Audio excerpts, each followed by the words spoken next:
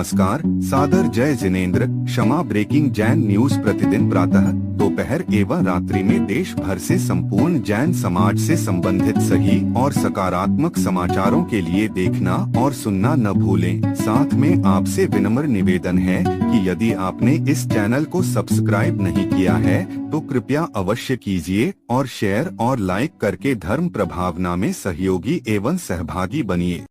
इस कार्यक्रम के पुण्यार्चक नमन करता है ब्रह्मचारिणी विशल्या जैन, श्रीमान मनोज जैन, आशीष जैन, नीरज जैन, जलेसर, उत्तर प्रदेश।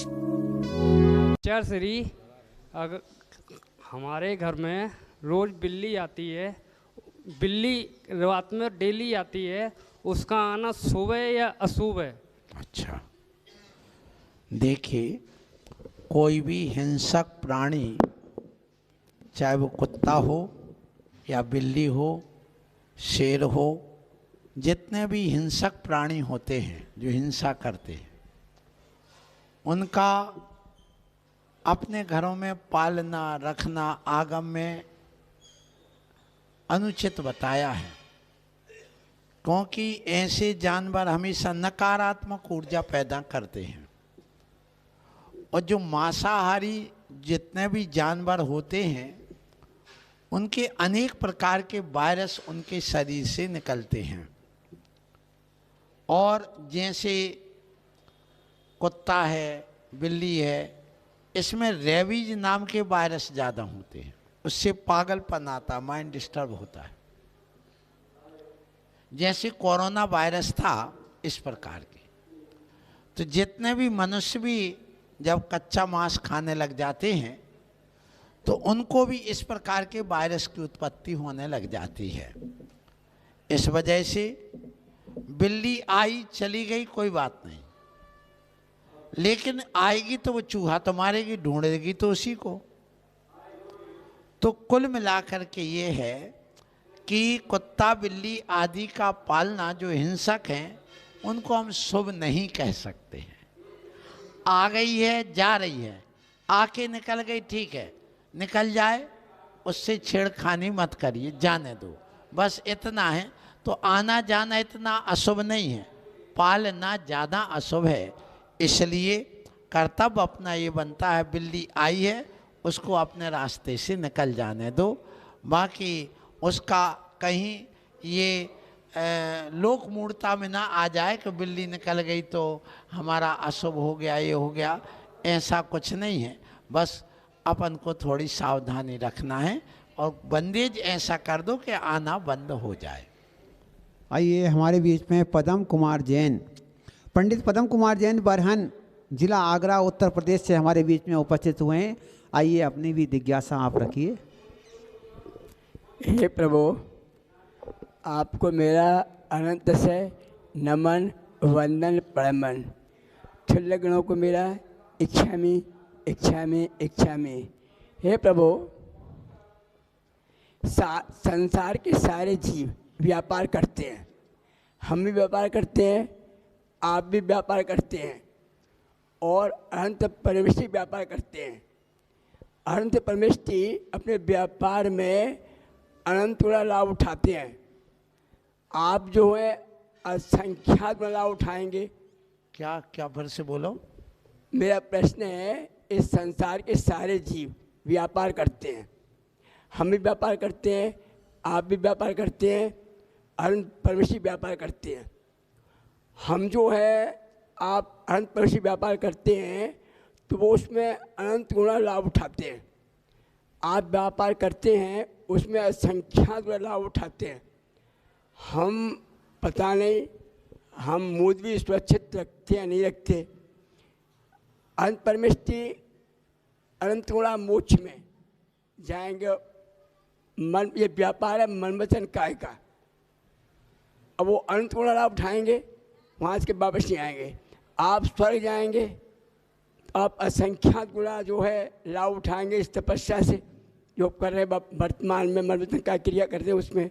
लेकिन हम जो करते हैं तो हमको मूल का नहीं पता अगले भव में मनुष्य पर्याय प्राप्त हो या न हो। तो ऐसे कौन से कार्य जिससे कम से कम मनुष्य पर्याय तो प्राप्त कर सकें। नमोस्तु।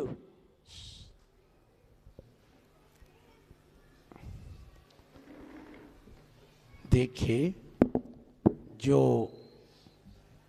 व्यवसाय अध्यवसाय हमारे समय सार ग्रंथ में ये प्रसंग आया है।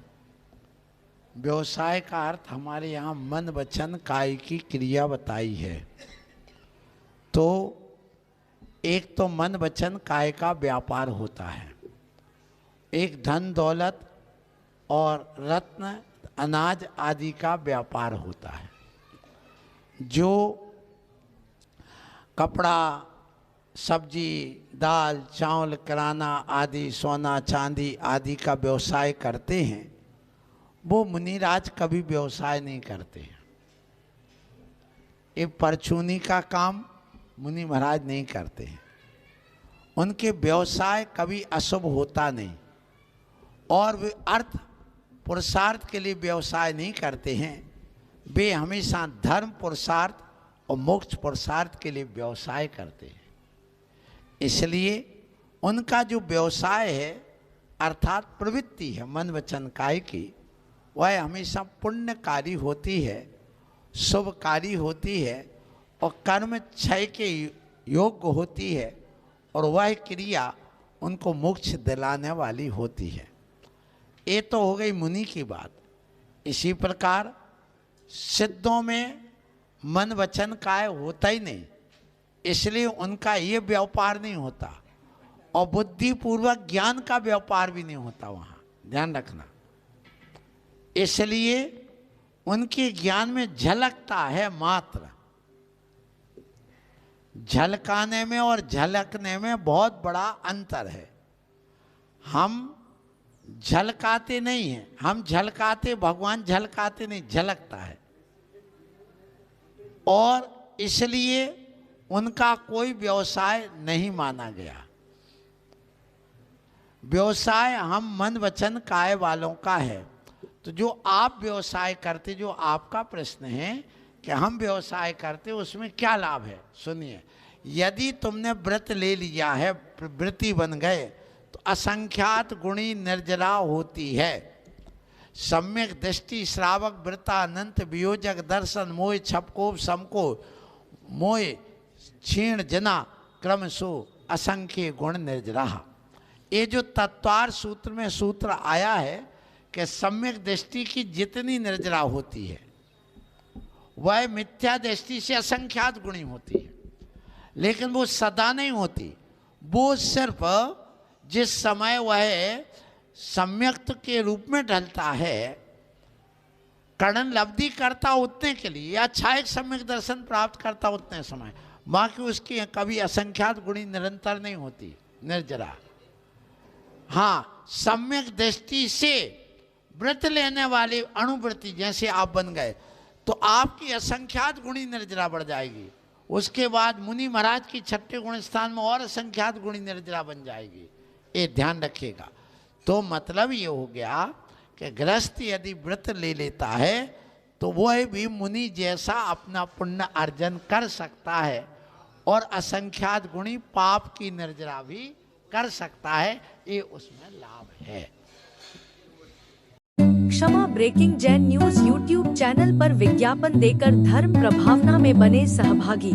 विज्ञापन देने हेतु संपर्क कीजिए मोबाइल नंबर 9026900740 एवं समाचार एवं वीडियो भेजने हेतु व्हाट्सएप नंबर 9335236222।